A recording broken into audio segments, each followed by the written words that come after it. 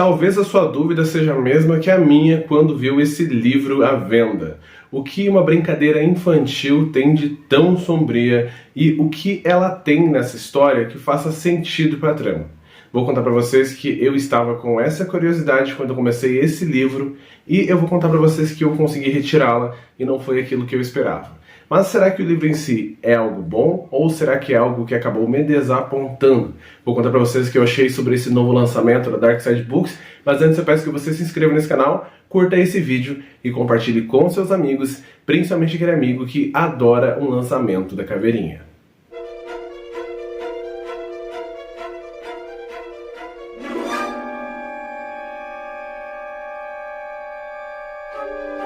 Tudo bem, pessoal? Meu nome é Diego Ferraz, sejam muito bem-vindos ao canal Cripteca e bem-vindos à crítica desse livro aqui, Pedra, Papel, Tesoura, da Alice Finney. Esse é um lançamento de um novo selo da Dark Side Books, chamado Selo Elas, onde nós teremos apenas autoras mulheres escrevendo romances de thriller, suspense, mistério e coisas do gênero da Dark Side Books. E esse livro eu pedi em parceria com a editora, afinal eu fiquei muito curioso com o que esse título tinha a ver com a trama. Eis então que a gente chega numa sinopse que não conta muita coisa, mas que ao mesmo tempo dá aquela instigada. Aqui a gente conhece o Adam e a Amélia, que estão casados há muito tempo, mais de uma década, e eles estão numa fase do relacionamento de crise. Então a gente já percebe de imediato nas primeiras páginas que o casamento tão apaixonado que eles tinham no começo já não existe mais, e eles estão com diversos segredos guardados, e esses segredos estão corrompendo essa grande história de amor. Eis que eles decidem se isolar em uma cabana no meio de uma nevasca. E eles vão para lá porque a Amélia ganhou um prêmio. Ela trabalha em um centro comunitário onde cuida de cachorros e gatos abandonados e ela ganhou de um sorteio esse passeio. Eis então que eles vão passar o final de semana lá. O Adam, por sua vez, é um roteirista, então ele adaptou vários romances para os cinemas, inclusive um romance de mistério de um autor muito famoso. Autor este que não dava entrevista, era um cara completamente recluso e ele foi a primeira pessoa a conseguir se aproximar desse cara e adaptar um roteiro. Ele, por sua vez, está trabalhando num trabalho dele mesmo de fato, onde ele está escrevendo um roteiro e o nome desse roteiro é Pedra, Papel, Tesoura. Roteiro esse que já tentou ser adaptado uma vez, só que acabou não conseguindo após o falecimento da atriz principal dessa história. O que a gente vai ver nessa trama é esse casal isolado nessa cabana e quando eles chegam lá, eles começam a ver que talvez eles não tenham sido convidados por acaso e talvez tenha um motivo muito particular para eles estarem ali. Além do roteiro, Pedra, Papel, Tesoura é um jogo que eles jogam entre o casal quando eles querem tomar algumas decisões essas que vão desde o banal até o máximo da importância, que é se eles devem ou não continuar nessa relação. O mistério dessa trama começa quando alguns elementos misteriosos começam a ser inseridos no dia a dia do casal, seja a luz apagar do nada, ou portas que estavam fechadas agora estando completamente abertas, ou até mesmo uma coisa ou outra que acaba se movimentando do lugar, eles veem a coisa ali no lugar, quando eles dão uma volta a coisa está em outro lugar, e tudo isso começa a corroborar para que talvez eles não estejam sozinhos ali. E eis de fato que tem uma figura misteriosa que os observa desde o início, desde o momento da chegada deles ali, que é a Robin.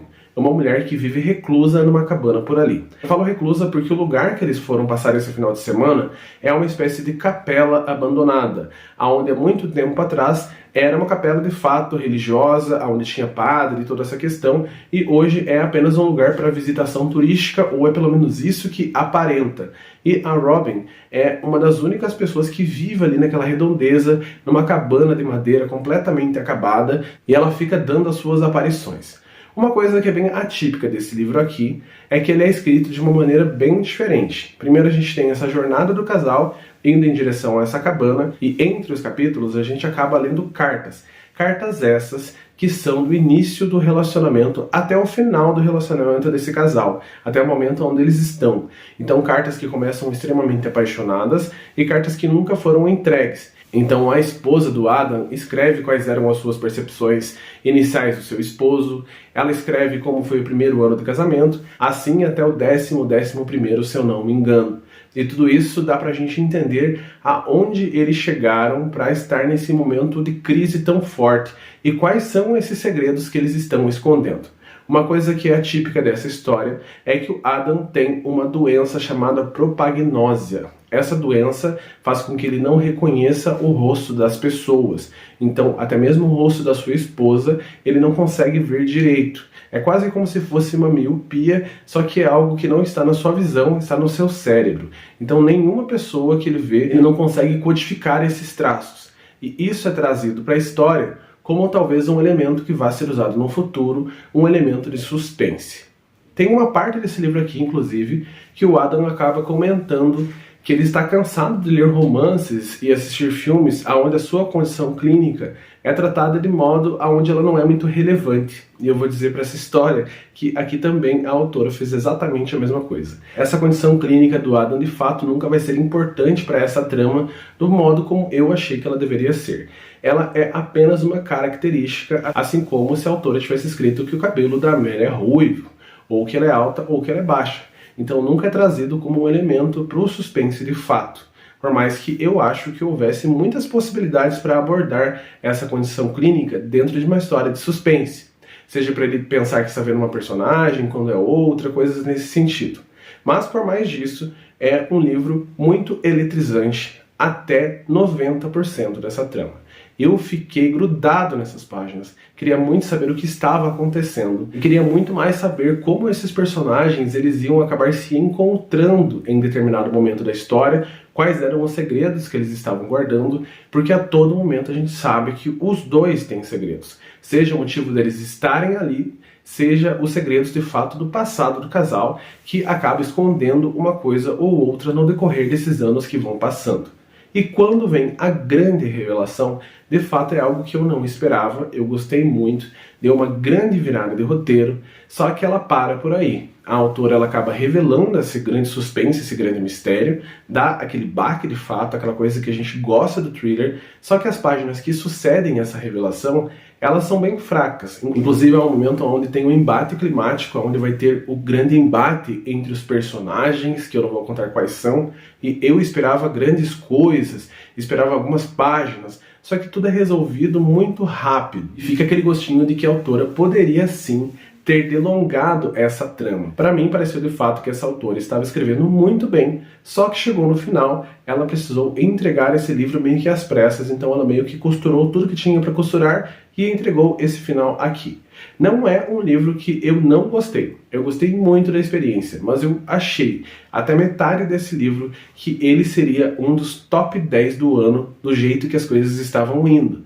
Eu lembro até que em algum momento da história eu pensei, nossa, que história perfeita, eu espero que o final não estrague com toda a experiência. Não foi o que aconteceu, ele não chegou a estragar, mas ele deu uma mornada bem grande e isso fez com que pelo menos eu não tivesse uma experiência tão boa assim. Sobre a edição, ela é muito bonita, como vocês mesmos podem ver, tem esse fitilho aqui que é exclusivo do selo Elas, muito bonito.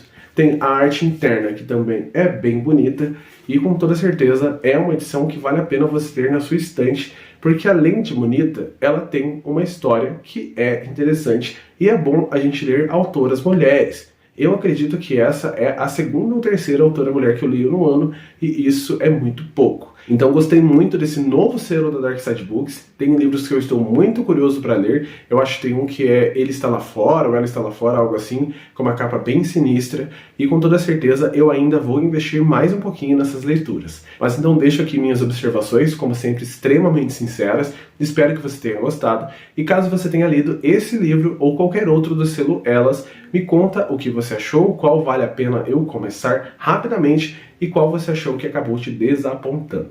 Então eu agradeço a cada segundo de vocês por aqui, e caso você tenha outra dica de livro, série ou filme, escreva embaixo que eu leio cada comentário de vocês por aqui.